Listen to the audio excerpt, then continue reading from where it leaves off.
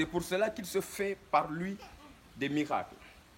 Car Hérode, qui avait fait arrêter Jean, l'avait lié et mis en prison à cause d'Hérodias, femme de Philippe, son frère. Parce que Jean lui disait, il ne t'est pas permis de la voir pour femme. Il voulait lui faire mourir. Mais il craignait la foule parce qu'elle regardait Jean comme un prophète. Or, lorsqu'on célébra l'anniversaire de la naissance d'Hérode, la fille d'Hérodias dansa au milieu des convives et plut à Hérode, de sorte qu'il promit avec serment de lui donner ce qu'elle demanderait. À l'instigation de sa mère, elle dit, donne-moi ici sur un plat la tête de Jean-Baptiste. Hey! Le roi fut attristé, mais à cause de ses serments et des convives, il commanda qu'on la lui donnât. Et il envoya décapiter Jean dans la prison. Sa tête fut apportée sur un plat et donnée à la jeune fille qui la porta à la maman. Les disciples de Jean vinrent prendre son corps et l'ensevelir. Et ils allèrent l'annoncer à Jésus. Quelqu'un est choqué? Yes. Je sais qu'il y a beaucoup de gens qui sont déjà surpris quand ils m'ont entendu parler de décapiter la tête de quelqu'un. am na ñoo xamante ne daf leen a bett buñ ko déggee muy wax dag rendi bopp nit. L'esprit de Jézabel. Rabu Jézabel. Je vais d'abord vous parler de qui est Jézabel. dinaa leen wax kan mooy Jézabel parce que ñu bëri xamuñu ko. Jézabel était la fille d'un homme qu'on appelle Jethbal. Jézabel dafa nekkoon doomu benn góor ku ñuy waxee Jethbal. Et cet homme s'appelait Jethbal parce qu'il adorait Baal, c'est-à-dire qu'il était prêtre de Baal. Ku góor kooku Jethbal la tuddoon parce que da doon était jaamu un Baal. dieu étranger, c'est-à-dire une idole, Baal un dafa faux dieu nekkoon qui a été këram. fabriqué. dafa nekkoon yàlla bu nekkul dëgg Et ce Baal. Jethbal était en même temps roi de Sidon. te Jethbal dafa nekkoon buuru Sidon. Donc, vous avez en quelque sorte l'image de qui était Jézabel. xam ngeen léegi Jézabel, mooy Jézabel. était la fille du roi. Jézabel dafa nekkoon doomu Elle buur. était une princesse. dafa nekkoon moom. Deuxièmement, ci ñaareel bi Jézabel a été consacrée à servir le Dieu de son père. qui était Jézabel Baal, dafa parce waroon que son jaamu père Baal était prêtre. ndaxte papam da doon jaamu Baal. Et cette Jézabel, te Jézabel boobu elle va épouser un homme dina sëy ak ku góor qu'on appelait Akab. ku ñu doon woowee Mais qui Akab. est Akab? waaye kan mooy Akab. Akab était un roi établi sur Israël, le peuple choisi de Dieu. Akab dafa nekkoon buur bu nekk Israël. Mais est-ce que vous essayez de voir maintenant le problème? est-ce que yéen a Il y a ngi un gis problème jafe-jafe quelque bi part. am na jafe-jafe Il y a un fenn. souci quelque part. am na C'est jafe-jafe fenn. Akab, le roi de la nation élue de Dieu, Akab bi nga xamante ne moo nekkoon épouse buuru xeetu une princesse bi nga xamante dafa takk buur doomu buur de son père, xamante ne papam est un prêtre dafa qui nekk adore les idoles, qui adore les faux dieux. ki nga xamante ne day jaamu Cela ay veut yàlla dire yu il y a nekkul quelque part- dëgg. Il y a quelque part une faute, une erreur. am na loo xamante ne jaaduwul foofu. Vous m'entendez? yéen a ngi may dégg.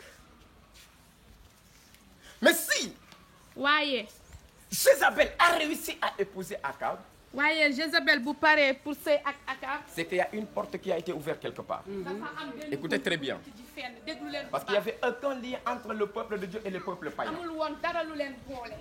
Et le diable savait que la Seytaane. seule manière de toucher à ce peuple, seytaane xamoon na ni mu mën a def pour c'était de la fekk l'infiltrer. mooy mu dugal foofu benn nit.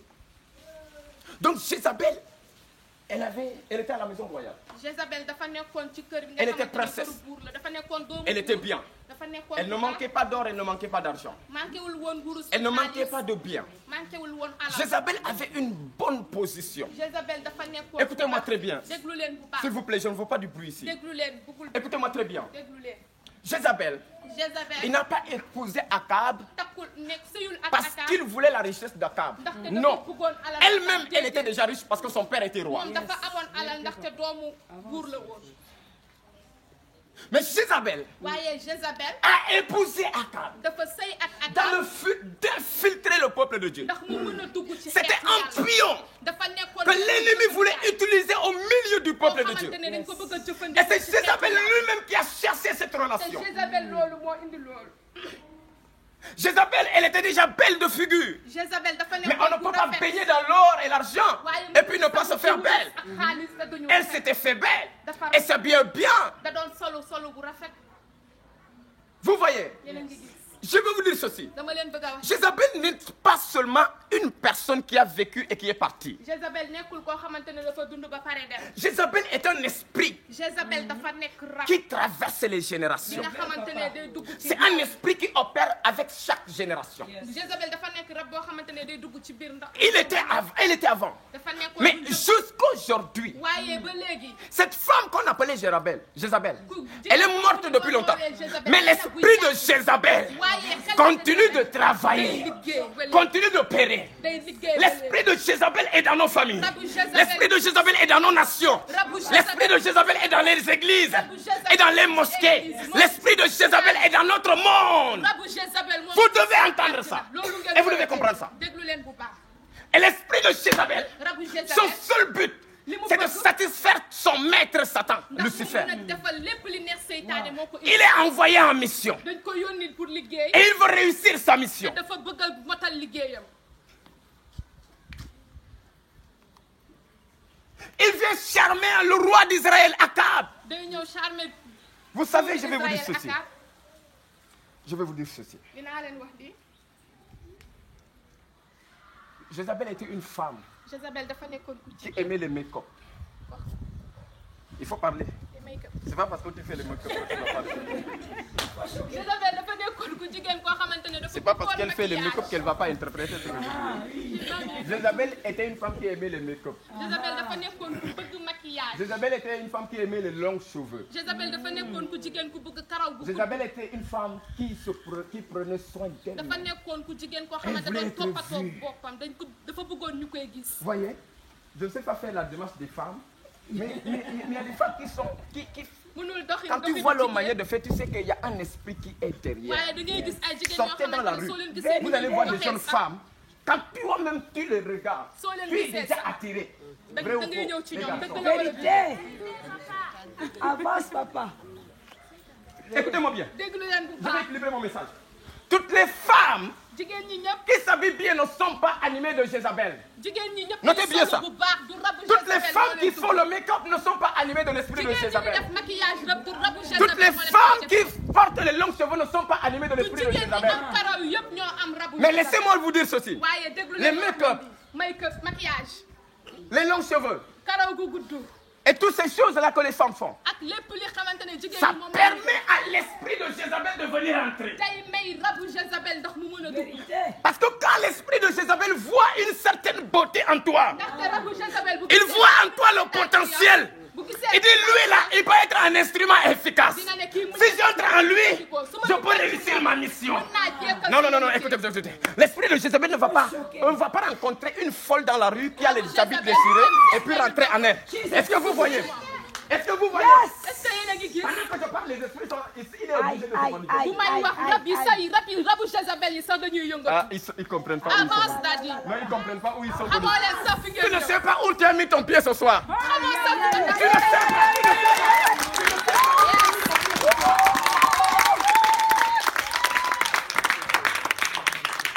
Tu es entré quelque part là. da ngaa dugg foo xam Avant de t'en sortir, balaa nga fi génn ça va chauffer. dina tàngale. Ici, nous vivons dans le feu. Si quelqu'un ne sait pas vivre dans le feu, tu peux déjà partir.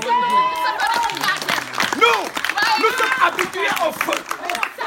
Notre demeure, c'est le feu. Nous aimons le feu.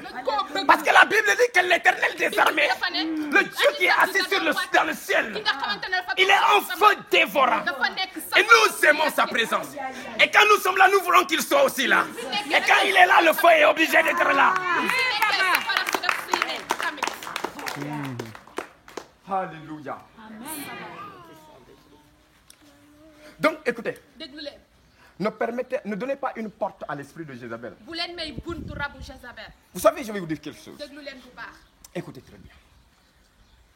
déglu leen bu baax Quand tu portes toutes ces choses, boo solo yooyu quand tu yëpp sors dans la rue, soo génnee ci mbedd surtout les filles qui portent les choses qui sont ici,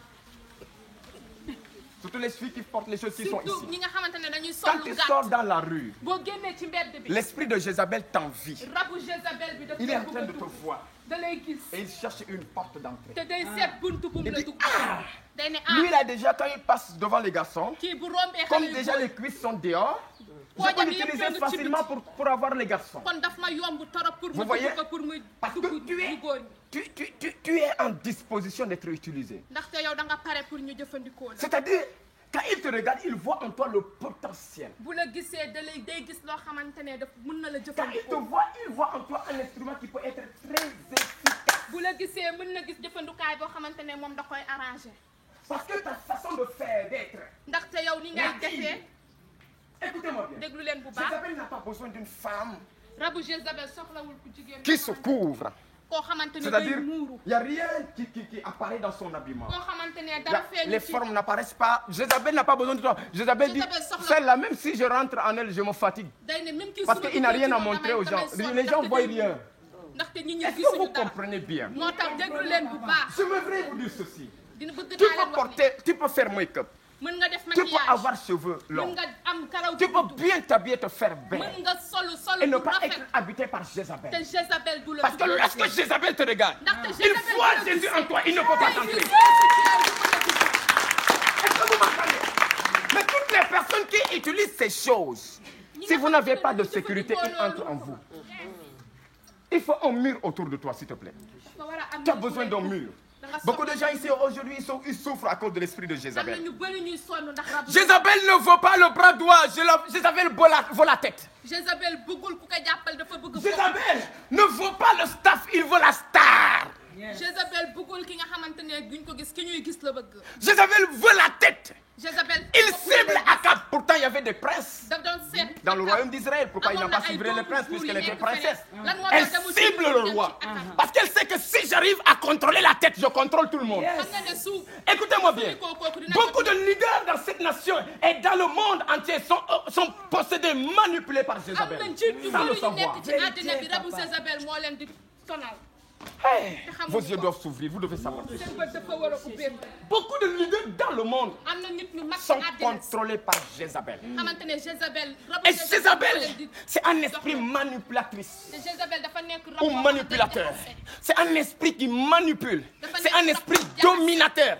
Quand il vient en toi, il veut te dominer. Vous voyez ces femmes-là, ils sont mariées, mais c'est lui qui domine sur le di mari. ngeen di gis jigéen ñi sa di Jézabel. sëy te rabu Jézabel Tu mooy reprends ta place. ci seen jëkkër Ta place n'est pas la tête. dañoo bëgg a yàq seen Tu es marié, tu n'es pas marié pour dominer sur ton mari. nga Tu sëy ouvres la porte au diable. da ngay tëjee seytaane bu Vérité, papa. C'est l'homme la tête. Yes. ku góor ki C'est l'homme le chef de la femme, nous dit la Bible. ku góor mooy chef bi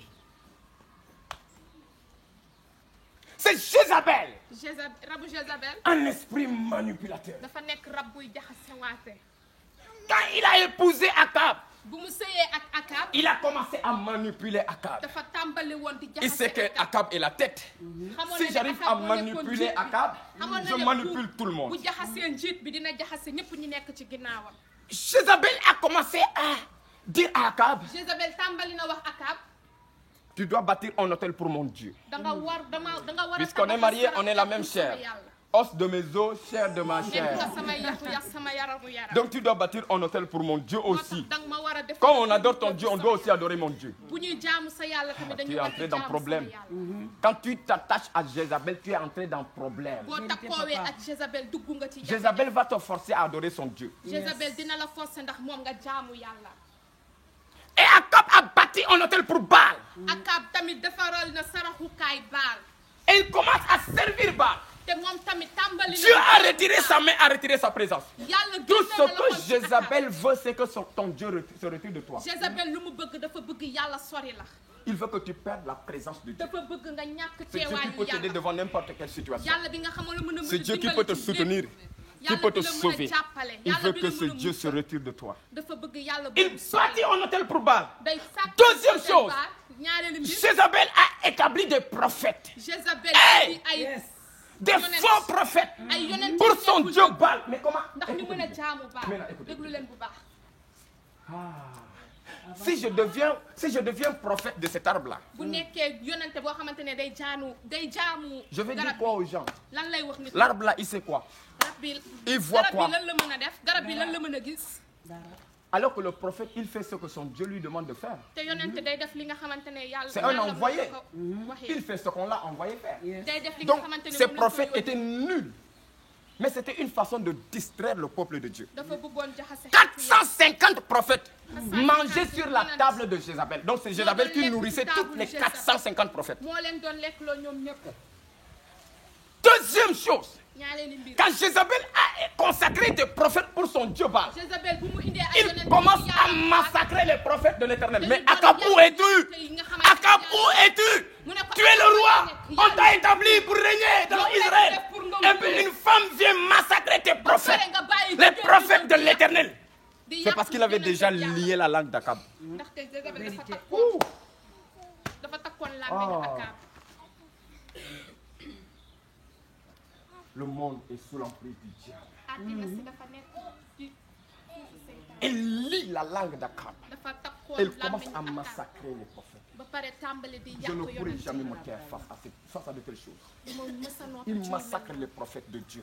di yàq ñi Et nga il xamante ne nourrit yàlla moo les leen prophètes de Baal. ba pare muy dundal ñi nga xamante ne ñoo doon jaamu yàlla baal Il y avait un homme parmi les prophètes de Dieu. dafa Il s'appelait Élie.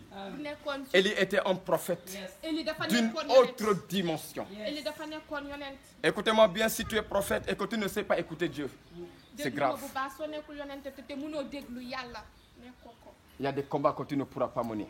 am na xeex yoo xamante ne doo ko mën a xeex yow kese Élie écoutait Dieu. Élie da doon déglu Et Dieu yàlla l'a dit, yàlla lève-toi Élie, jugal fuis dans le désert. demal ci àll ba Va auprès du torrent. demal fi ci torrent Je vais te nourrir là-bas. dinaa la dundal foofu Je vais envoyer des corbeaux te nourrir. dinaa yónni ay Et picc tu yoo dois xamante ne dundaloo boire l'eau du torrent. da nga war a naan ndoxu dex bi Élie a entendu la voix de Dieu. Élie dégg Il a baatu fui, yàlla, il est sorti mu daw pour sauver sa vie. ndax mu mën a muccal dundam Et il y avait un homme qu'on appelait Abjas, am na benn qui avait góor aussi ñu la doon woowee crainte de Abdias. Dieu te moom tamit dafa et ragaloon qui a yàlla caché 100 prophètes de Dieu. dafa nëbboon 50. fii 50 Il prend beneen 50, il les cache dans une fosse. mu nëbb leen Il kenn. prend autres 50, il les cache dans une Ñeneen autre ñi tamit fosse. mu nëbb Et il les feneen. nourrissait avec le pain. ba pare daf leen doon jox tamit mburu ñuy lekk Mais pendant ce moment, il est au désert. waaye ci waxtu boobu Élie moo ngi Il est woon en train ca de àll ba. fuir. moom tamit moo ngi daan daw Parce qu'on veut ôter sa vie. ndaxte dañ ko bëggoon a Jézabel tue les prophètes. Jézabel reyoon na yonent Écoutez-moi bien. déglu leen bu baax Jézabel a été mandatée Jézabel dañ koo yónni pour woon arrêter l'adoration au véritable Dieu. Jézabel dañ koo yónni woon pour mu dakkal lépp Il voulait arrêter tout ce qui yàlla servait le véritable Dieu. dafa bëggoon dakkal ñëpp ñi nga J'aimerais xamante vous ne dire doon ceci. jaamu yàlla Tous ceux qui sont ñëpp ñi nekk contre les prophètes et le prophétique sont animés de l'esprit de Jézabel. ñëpp ñi nekk ñi nga xamante ne gëmuñu ay affaire yu yonent rabu Jézabel moo leen di sonal Jézabel n'aime pas les prophètes. Jézabel Parce que c'est les prophètes qui peuvent dévoiler son secret. ndaxte yonent yi ñoo C'est les mën a prophètes qui gis peuvent le ay nit. renverser. yonent yi ñoo ko mën a daaneel C'est les prophètes qui peuvent détruire son travail. yonent yi ñoo mën a yàq Il ne les aime pas. Il les pourchassait partout. Il les cherchait partout. Et il voulait mettre fin à leur vie. te da leen a bëggoon a rey tamit Et ceux qu'il a attrapés, il les a tués. te ñi mu jàpp tamit daf leen Mais a rey Dieu a gardé certains. mais yàlla am na ñu ci mucc Jézabel, tu ne tueras pas les prophètes. mu ne ko dootu rey C'est yonent fini. yi jeex na tàkk Quand Jézabel Jézabel veut détruire bi mu bëggee yàq les hommes de Dieu, bi mu bëggee yàq nitu yàlla yi il s'infiltre. da doon Il peut même se faire passer pour un enfant de Dieu. mën na sax mel ni doomu yàlla Il peut même venir à l'église, mën na sax ñëw se église faire passer pour un enfant de Dieu. ndax mu mën a bokk Mais ci dans la lu baax. mission waaye liggéeyam mooy d'atteindre la tête liggéeyam mooy mu jot et d'arrêter le travail. ndax mu mën a dakkal liggéey bi Mais quand il y a un Élie, waaye bu amee benn Élie Élie déjà voit le programme avant l'accomplissement du programme. Élie sax dafay gis li nga Parce que xamante c'est un ne yegg si véritable wul ko prophète. L'esprit de Jézabel doit tomber.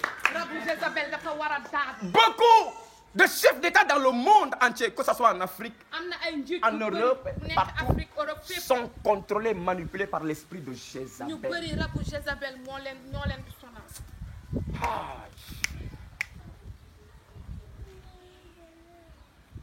Beaucoup de leaders am na njiit yu religieux njiit yu bëri religieux nekk ci diine sont manipulés par l'esprit de Jézabel. ñoo xamante ne rabu Jézabel ñoo leen di sonal.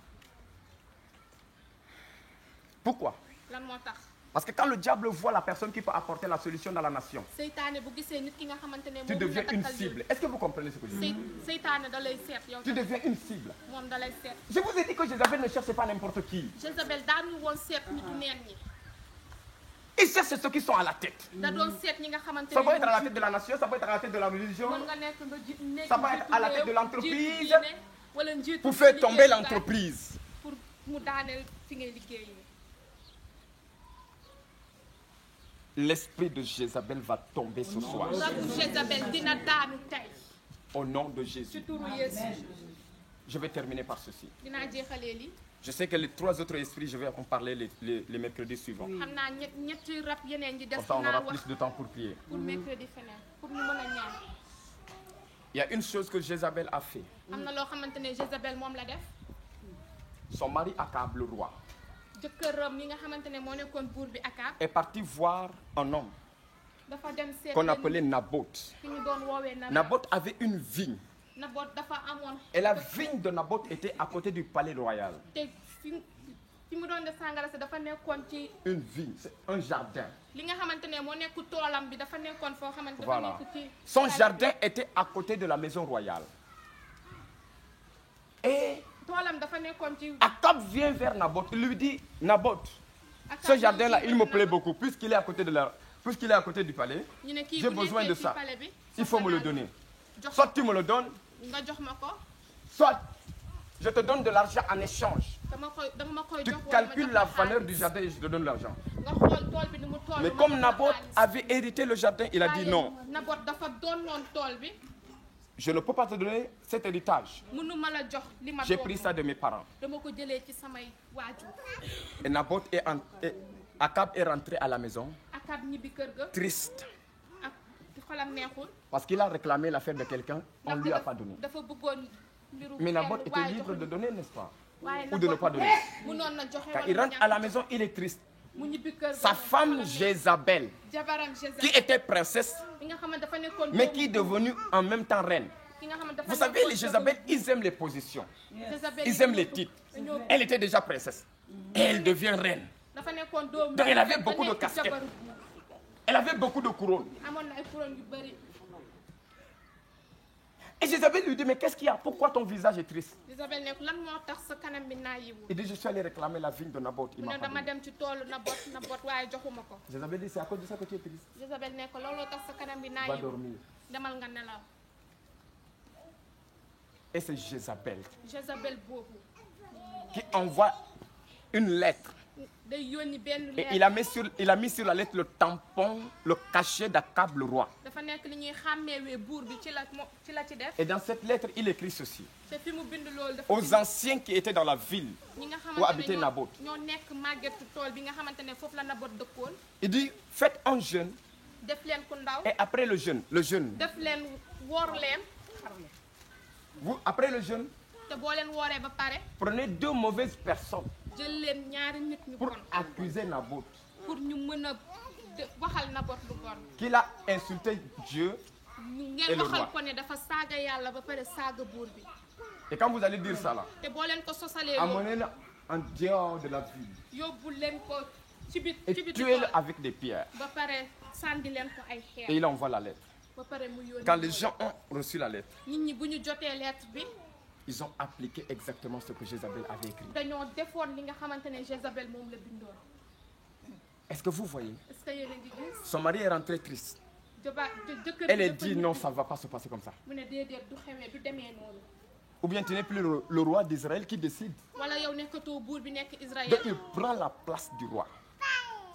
Jézabel, ce sont ces femmes-là qui veulent porter le pantalon. Jézabel Eh dañoo bien, nekk donnez jigéen ñu nga le pain à leur mari. xamante ne dañoo bëgg a sol pantalon bi ba pare jox sër yi. Et vous savez, beaucoup de femmes se plaignent. am na jigéen ñu bëri.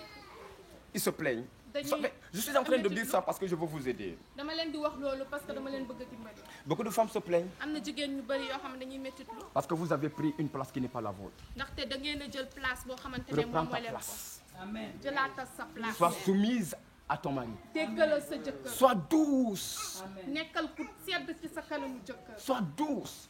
nekkal ku sedd ci sa kanamu. Et même si ton mari, même sa jëkkër. s'il lui arrive quelquefois, bu ko jotee yenn saay. de faire une faute contre toi. ndax mu def dara. ndax mu def la dara. ndax mu tooñ la. Toi-même vas t'humilier devant lui. yow sax demal nga suufeel sa bopp nga baalu ko. C'est trop fort quand on t'offense et c'est toi qui demandes pardon. dafa fort torop ñu tooñ la ba pare yow nga dem baalu. Mais faites en sorte que la paix règne chez vous, bien-aimés. defal ndax jàmm bi nekk seen N'ouvrez pas la porte au diable. bul tëjil seytaane bunt. Mais les femmes qui ne savent pas s'humilier, am na jigéen ñoo xamante ne même suufeel quand bi seen ils bopp offensent dañoo la rëy. personne, même quand ils offensent leur mari, même suñu tooñee seen c'est eux jëkkër qui se sax lèvent, ñoom ñooy yëkkatiku. ils haussent la voix. ñoom ñooy yëkkati seeni baat. Tout ce que tu veux me vendre là, je vais acheter. lépp li nga ma bëgg a jaay dinaa ko jënd. jaay ma guerre bi. Tu parles à ton mari.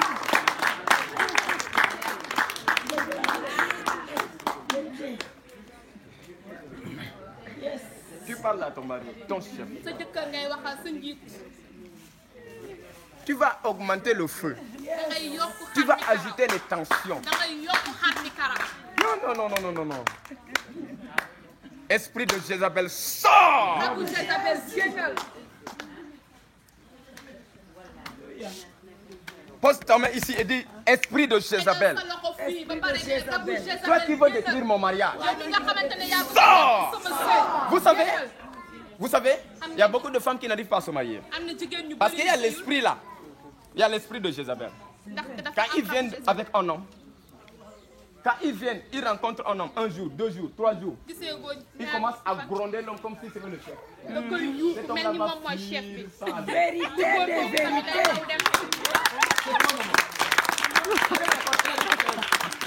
Ah bon? Il se reconnaît. Ça va partir. L'esprit de Jézabel va quitter aujourd'hui. Amen. Rabu Jézabel dina génn tey. L'esprit de Jézabel, Rabu Jézabel quand il entre en toi, bu la duggee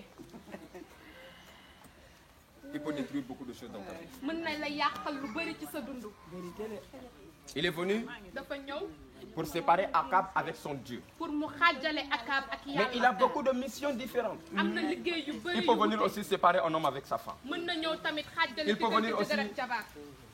Te priver du mariage là. mën na la Toi qui ñëw es tamit fiancé, tere tu sëy. as commencé à faire la dot. ñu Tu nga as donné fiancé une wu bague ñu très ngi lay jolie indi qui brille à ta wargal ñu ngi fiancée. lay takkal jaaro. L'esprit de Jézabel peut venir détruire. waaye Rabu Jézabel mën na koo ñëw yàq. Fais attention. moytul bu baax. Toutes les femmes, faites surtout jigéen ñi moytu leen. permettez pas, ne refusez, fermez la porte, fermez la Mais porte, je l'ai fermez la pas porte, fermez la porte, fermez la porte. La Bible dit, femme, soyez soumise. Maintenant, toi, tu n'es pas encore femme, tu es petite amie, et puis tu n'es pas soumise. Ah, Il va fuir. yow nga nekk ak sa fan rek déggaloo ko moom tamit day daw. vérité. Jézabel. Rabu Jézabel.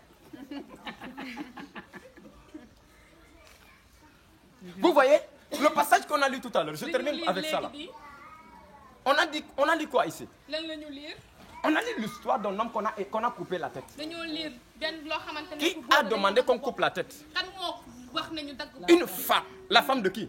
La femme du roi. Du roi. Hérode. On l'appelait comment? C'est vrai. Hérodias. Hérodias. Est-ce que vous savez qui est Hérodias? est-ce que xam ngeen kan mooy. C'est le même Jézabel là qui courait derrière Élie. moo Qui nekkoon voulait couper la tête de Jézabel bi Élie nga là. xamante ne moo C'est le bëggoon même dagg Jézabel là ko. qui est revenu des Jézabel siècles et des siècles après pour venir couper la tête de Jean-Baptiste. ndax mu mën a dagg bopp Jean. Est-ce que vous savez que ce même Jean-Baptiste c'était le Élie qui est revenu? xam ngeen ne Jean-Baptiste boobu noonu moo nekkoon. Il a suivi Élie, il a poursuivi partout. Il ne l'a pas eu. fépp amul. Dieu a enlevé Élie, il l'a amené au ciel. yàlla jël na Élie. Vous lisez la Bible? Est-ce que quelqu'un comprend? est-ce que am na kuy. Il l'a élevé, il l'a amené au da ciel. koy yëkkati yóbbu ko ci kaw. Mais comme les prophètes avaient déjà prophétisé que Élie allait revenir, et même les disciples de Jésus ont demandé à Jésus un jour, te taalibe Yeesu ñaan nañ Yeesu. on dit à Jésus, les gens sont en train de dire que toi tu es Élie, ñu ne ko nit ñi dañuy wax ne yow que tu es revenu. yow yaa ñëwaat. Jésus les a dit, non, je ne suis ni Élie, Yeesu ni ne leen, Jean-Baptiste, ni Élie, un des ni prophètes. Jean-Baptiste. Je suis personne parmi ces gens-là. nekkuma kenn ci ñoom. Pierre a dit, tu es le fils du Dieu vivant. ñu ne Pierre Donc ne Pierre ko a yow yaa révélé la vérité. Pierre wax na dëgg Donc bi. cela veut dire que les gens savaient que moo tax nit ñi xamoon ne Élie devait revenir. Élie dafa waroon a Mais ñëw. il pensait que waaye Élie xamoon ne allait porter le même nom qu'il avait porté avant. Élie dafa doon Mais quand Élie est revenu, waaye Élie bi il a mu porté ñëwaatee, le nom de dafa Jean-Baptiste. yor turu Jean Et Baptiste. Jézabel avait reconnu Élie. te Jézabel Les xamee autres n'ont pas reconnu Élie. ñeneen ñi Mais xamee l'esprit là qui l'a suivi depuis longtemps. waaye rab bi ko daan sonal Parce que di vous ko savez sonal. pourquoi Jézabel avait une haine contre Élie? xamoon na lan moo Parce tax que mu Élie, xeenal. il les a appelés un jour. ndaxte Élie Et il a dit au peuple, ñu ne ko xeet bi c'est fini, nous ne pouvons plus continuer à adorer d'autres dieux. jeex na tàkk mënu Choisissons le véritable. ñaari Et il a convoqué tous les prophètes de Baal. dafa Tous les prophètes de Baal étaient là. yonente baal yëpp ñu Et ils ont dit, on va invoquer le feu. ñu ne ko Le Dieu qui va répondre, c'est le véritable. yàlla bii di wuyu Quand le yàlla Dieu d'Élie a répondu par le feu, yàlla Élie a décapité tous les prophètes de Baal. Il avait raison, oui ou non? Il avait bien raison. Parce que ces prophètes ont abandonné le véritable Dieu qui les a créés. Et ils ont commencé à servir la pierre et le bois. ba pare ñu jaamu xeer ak dara Et c'est à cause de ça looloo taxoon que Jézabel avait une haine. Jézabel Et dit, ce gars-là, eenaloon je vais l'attraper un jour. mu ne ko kii dinaa ko Parce que mos a quand jàpp. Élie a fini de décapiter les prophètes de Baal, il a fui. dafa daw Il est parti. dafa dem Il dit, je l'attends. mu ne ko maa ngi koy xaar Donc, dans le Nouveau Testament, Élie revient sous le nom de Jean-Baptiste. Élie ñëwaat yor turu Jean Baptiste Et tous les jours, jour Jézabel, dont le nom était Hérodias, parce qu'il avait changé de nom. xamante ne moom dafa soppi woon turam tuddee boppam Hérodias Elle a tout fait pour prendre la place def na lépp pour jël place qu'elle avait avant. pour jël place bi mu Elle a amoon tout bu fait pour njëkk. devenir reine. def na lépp pour Pourtant, nekk elle n'était pas reine avant. nekkul woon Elle jabaru était la femme du petit frère du roi. dafa nekkoon Mais jabaru elle a tout fait pour prendre le trône. def na lépp pour jël place bi Et c'est à cause de ça qu'il a eu Jean-Baptiste, te looloo tax qui était mu am Élie. Jean Baptiste Jean mu a nekkoon dit Élie Jean ne au ko roi Hérode, mu ne buur il ne t'est pas permis de prendre la femme de ton frère. mais yu ñu la yow C'est là où jël les problèmes sa ont jabar commencé. sa jabaru rak Maintenant, waaye léegi Jézabel a vu que Jean-Baptiste voulait détruire son mariage. Jézabel gisoon na Qu'il ne était Jean Baptiste venu dafa bëgg a yàq pour le sëyam. déstabiliser, pour le renverser de son trône. daf ko bëggoon a daaneel Le jour de l'anniversaire d'Hérode, waaye jour anniversaire la fille d'Hérodias a dansé. doomu Hérodias fecc na Et Hérode dit, Hérode ne ko demande-moi tout ce que tu veux laaj ma lépp li nga et bëgg je vais te donner. te dinaa la ko may Il parle à la fille. Mu wax Mais la ak fille ne doom. connaissait rien. doom La fille est partie parler à sa mère. doom bi dafa dem wax ak La mère yaayam avait déjà une haine contre Jean-Baptiste. yaayam Dit, amoon na donne-moi haine sur un mu plat am la ci tête de Jean Jean-Baptiste. mu ne ko demal nga laaj sa Dit, sa pap ma boppu fille, Jean va lui Baptiste. dire. La fille ne connaît même pas ce qu'elle demande. On l'a seulement envoyé. doom bi xamul woon sa lan la yaay ji lan la ko yaay ji wax da ko yónni kese Et mu c'est ce dem qui a fait qu'on a décapité Jean. loolu lañ def ba ñu rendi Jean L'esprit de Jézabel. rabu Jézabel Écoutez-moi bien, les esprits ne meurent pas. Mm-hmm. rab yi duñu dee Quand l'esprit habite un corps, rab bi bu duggee benn lorsque le corps là est sur le point de partir, bu duggee ci yaram boo il xamante ne sort, kooku il day entre waaj a dans un dee. autre corps, moom day génn Les foofu dem esprits dugg sont feneen. là. rab yi ñoo ngi fi éternellement. rab yi ñoo ngi fi Les esprits ne meurent jamais. Est-ce que vous m'entendez? Les esprits ne meurent jamais. xel yi duñu dee mukk Vous savez ça, non? est-ce que xam ngeen loolu Maintenant, au jour du jugement, les mauvais ate esprits gu mujj bi rab yu bon Ils seront dans le feu dinañ nekk de safara l'enfer. dinañ nekk safara Et les bons esprits envoyés par Dieu, ñi nga xamante ne yàlla ils vont moo leen régner yónni avec woon, Jésus. dinañ Ils vont régner dans la nouvelle Jérusalem. nguur ci yéen Et nous allons régner avec eux. te dinañ nguur ak ñoom tamit. Je prie que cet esprit maa ngi ñaan ndax de Jézabel qui te suit jour et rabu nuit. Jézabel bi nga xamante ne Lève-toi, moo on va leen prier. Lève-toi, lève-toi, lève-toi, topp. lève-toi. ñu ñaan jóg leen. Rab-